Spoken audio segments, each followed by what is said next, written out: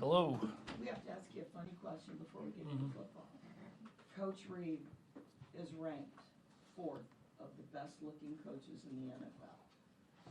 What do you think about that? I think he should be higher, man. That's a good-looking gentleman out there. So he's got some swag to him, too, so he's got the personality to match. You get so many pass attempts last week. I know you're used to it, right? You've done that a lot in college. But do you do anything with your arm? Take a little time off? You're going to pitch count during practice? What sort of things are you doing with your arm these days? I don't. Ever since I've been young, I haven't really got sore, even when I pitched when I was younger. So usually just the normal stuff. I mean, we do different stuff that I do with my trainers and stuff like that. But other than that, I just try to keep that arm strength up and keep rolling. When you face a former coach like a Doug Peterson, who knows you very well, how do you prepare knowing that they know a lot of things that helps you get to where you are?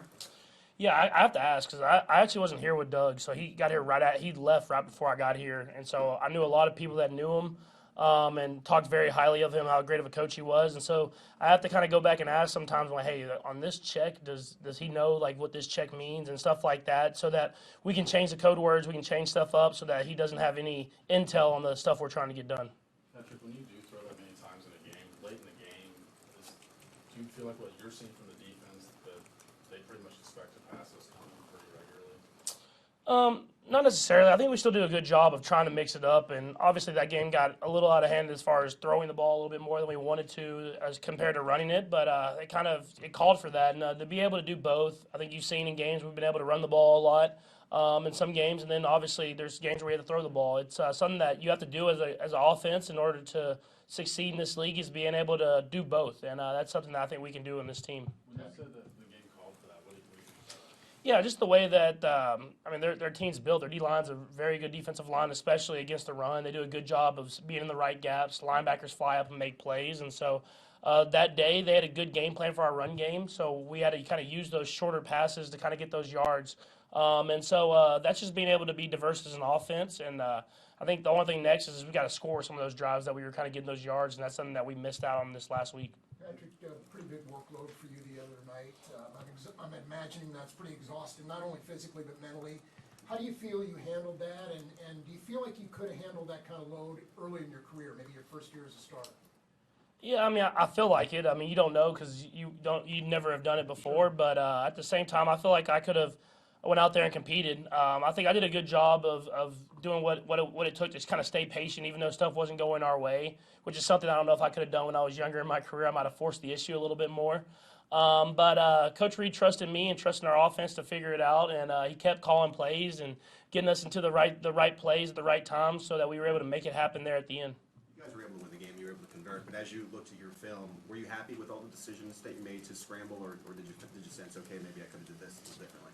I mean, there was definitely some decisions that I missed some throws that were out there. I think there was one time where it was going towards the other end zone. We didn't score in that. I thought I had McCole, and I kind of predetermined basically the cover two shell that he wasn't going to be open. And then there's the one down the middle of the field that I missed McCole, which I thought he was kind of getting in and out, and they somehow dropped him. And it's like another one you just predetermine. You think they're going to be in the right position, and then they don't end up being there. And so just trying to stay – when there's that many plays, you're going to miss throws. But whenever they're touchdown throws, you want to make sure you hit them. So I'm trying to go back and make sure I hit them whenever they're there. Patrick, the last couple games, Isaiah was promoted to starter. What are you seeing from him? Yeah, I mean, he's a guy who's going to continue to go out there and put his best effort, put his best step forward. And he's someone that plays hard. He runs the ball hard. But in this offense, I mean, you've seen it in the receiving room, you've seen the running back room, tight end room, other than Travis. It's going to be a different guy every week. And I think just having Isaiah out there, I mean, he's going to be that physical runner, can really gain those extra yards, fall forward. But then when you throw in guys like Clyde and Jet, all these guys, they're ready to go. It keeps those guys fresh, and it keeps them ready to go whenever their number's called during the game. And he's a young guy, but can you see him progressing? Oh, 100%. I mean, he's so physically gifted.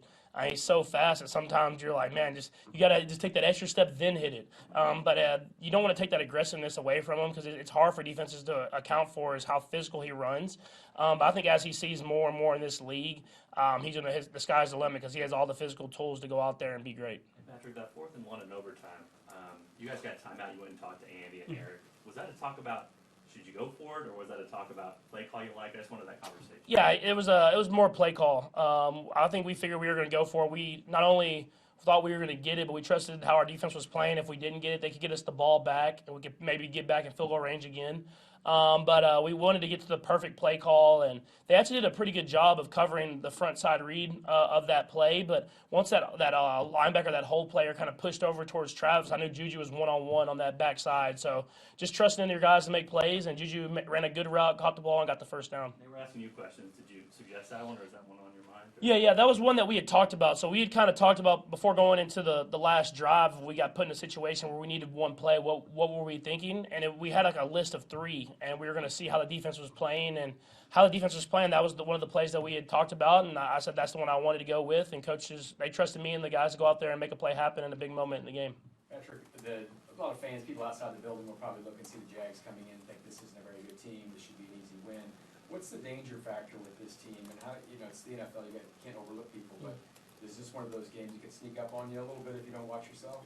No, I mean, it's not going to sneak up on you. I mean, if you look at the tape, I mean, the players that they have out there are really legit players. I mean, they're young, but they're fast, they're physical, they're big, they fly around to the ball, they play with confidence, and so we have a ton of respect for this team coming in. And if you see them, even the games they've lost, they've been in them, and they've made a mistake here and there that's cost them a game, but if you watch the tape, it doesn't show what their record looks like, and I think guys understand that it's going to be a heck of a football game, and we're going to play our best football in order to win. Coming from a quarterback perspective, Trevor Lawrence, I mean, what are you seeing are the biggest threats that come from him? Yeah, he's super talented. I mean, just kind of like a lot of guys on their team. I mean, he's young, so he's made mistakes, but I think you see the talent week in and week out. He makes a lot of big-time throws. He can run the ball better than people think. And he's someone that's won on every level he's been at. So you can see, I mean, they've kind of turned this around pretty quickly here. I mean, they haven't won the games, but you can tell the team has gotten a lot better over this last year. And so we understand that it's going to be a great challenge for us both sides of the ball, and that we're going to play a great game in order to win. What are the challenges that go with Josh Allen specifically, and what he brings to the table? Yeah, I mean, he's so gifted as a pass rusher, but also he's athletic enough to drop into coverage, and you don't see a lot of guys like that. But he's obviously he's a big physical guy, but he's fast. He does a good job with his hands and getting off blocks. And so they kind of have guys like that on both sides of the ball with Walker there now as well. So it'll be a great challenge for our guys to have on that whole entire defensive line. And it seems like week in and week out we're playing a great defensive line. So our offensive line is battling. I thought they did a great job this last week, and I think we can hopefully carry that momentum into this next week. Okay, thank you.